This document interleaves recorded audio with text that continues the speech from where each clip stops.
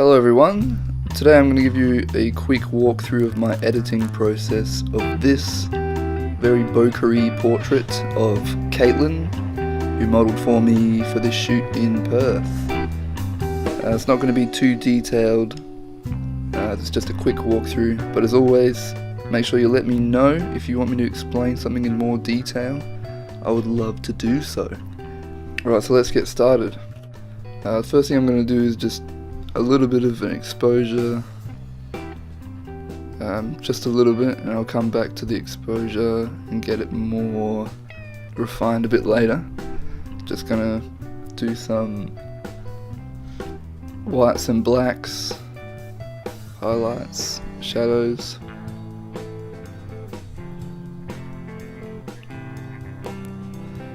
Using the histogram at the top rather than the sliders.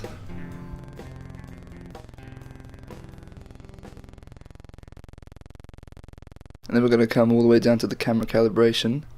We're going to change the profile to camera portrait. And then we're going to just go through these sliders and adjust them to get the kind of feel that we're going for. I'll go slide them around, see how it affects the image. And then I'll go, so the blue I'm just going to go a little bit to the left, -16, desaturate it a little bit as well, because changing the profile to camera portrait usually beefs up the saturation. So I'll just desaturate a little bit. Now I'm going to go to green, see what that's doing to the colours. There's not a lot of green in this image, but it's still doing something.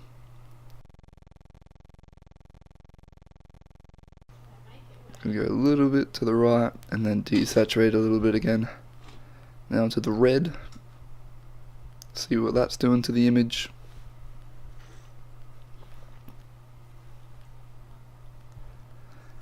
I'm going to go to +25 for that one, and then desaturate that.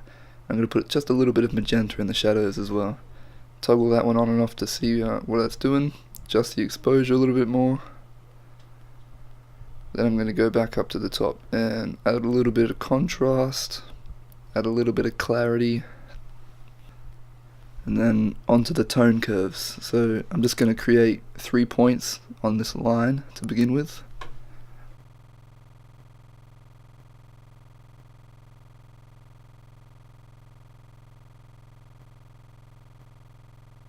You adjust the shadows first and then crush the blacks a little bit to give it that faded look by just bringing this node up a little bit.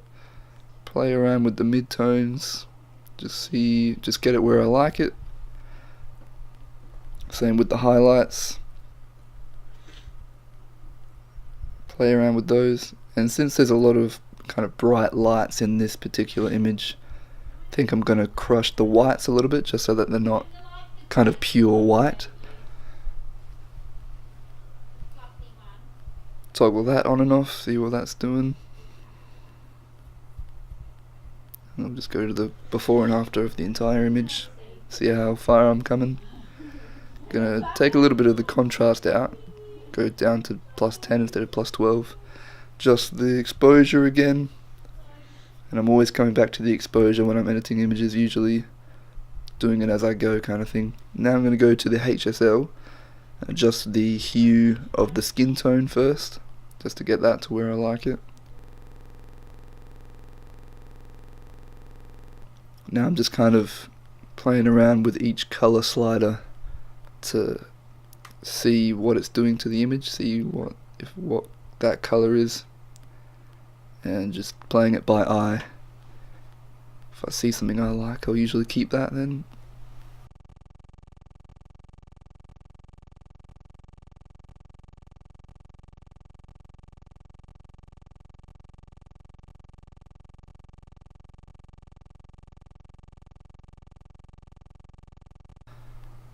Now we're going to go to the saturation.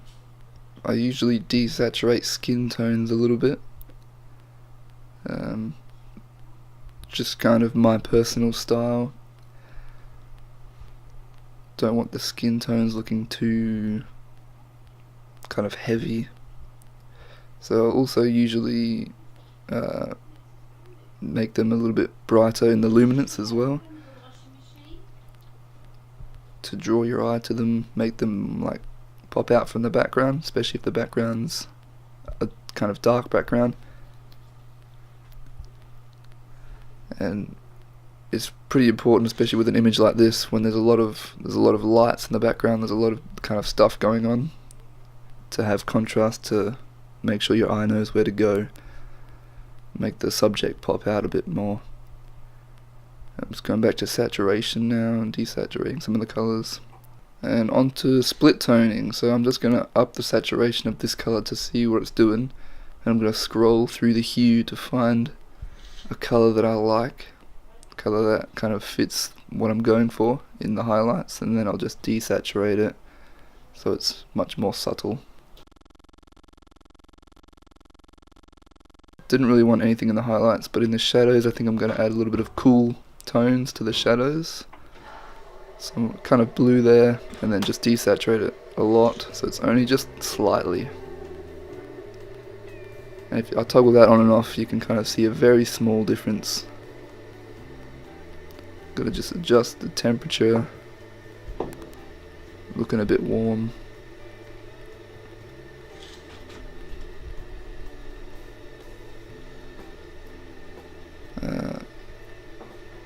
Now I'm just gonna give it a crop.